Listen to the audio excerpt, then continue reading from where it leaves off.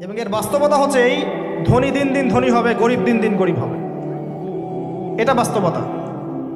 রক্ত চুষে খাওয়া হয়, এই কারণে রক্তের নদীতে ফেলা হয়েছে। এবং সাপ খেয়েছে তারা, সাপ খেয়ে পেট ফুলিয়ে ফেলেছে। আমার মনে হয় না ব্যাখ্যা করার প্রয়োজন আছে। আর একটা হাদিস আগেই বলেছি, যে দেয়, যে নেয়, যে সাক্ষী থাকে, যে লিখে রাখে, সবাইকে সমানভাবে লায়নত করেছেন নবী সাল্লাল্লাহু আলাইহি ওয়াসাল্লাম। নবীর লায়নত নিয়ে হাউজে কাউসারের পানি কোশ্চিন কালো পাবেন না, কবরের উত্তর দিতে পারবেন না। এমনকি এই নবী সাল্লাল্লাহু আলাইহি ওয়াসাল্লামের সুপারিশ আপনার কপালে নাও জুটতে পারে, সতর্ক হয়ে যান। না খেয়ে থাকেন, সুদ খায়েন না। না খেতে খেতে না খেয়ে মারা যান, তাও সুদ খায়েন না। আর যদি আপনি আল্লাহর জন্য ছাড়তে পারেন, আল্লাহর জন্য ছেড়ে দেন, আল্লাহ পাক আপনাকে বেহিসাব রিজিক দেবে ইনশাআল্লাহ।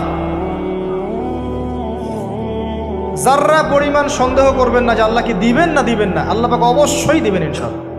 ওয়া মান ইয়াতাওয়াক্কাল আলাল্লাহ ফাহুয়া হাসবুহ, যে আল্লাহর উপর তাওয়াক্কুল করে আল্লাহ পাক একাই তার জন্য যথেষ্ট। আল্লাহ পাক যথেষ্ট। ওয়া ইয়ারযুকু মান ইয়াশা বিগাইরি হিসাব, আল্লাহ পাক বেহিসাব রিজিক দেন যাকে চান। মিন হাইসু লা ইয়াহতাসিব, এমন উৎস থেকে রিজিক দিবেন যে সে কল্পনা করে নাই। ছেড়ে দেন।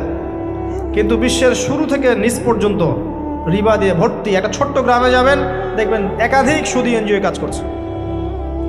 এখন মা বোনরাও খুব বেশি সুদ খায়, ব্যাংকের মধ্য দিয়ে, সমিতির মধ্য দিয়ে, এইটা ওইটা ছল চাতুরি ঘুরিয়ে ফিরে কতভাবে যে খাওয়া হয় আল্লাহ ভালো জানেন। আল্লাহ পাক আমাদেরকে এই মহামারী থেকে হেফাজত করুন। সবচেয়ে বড় মহামারী চলছে বিশ্বে, এই ইকোনমিক মহামারী, রিবা কেন্দ্রিক মহামারী, এটা মুসলিমের ঈমান আমল সব ধ্বংস করে দিয়েছে।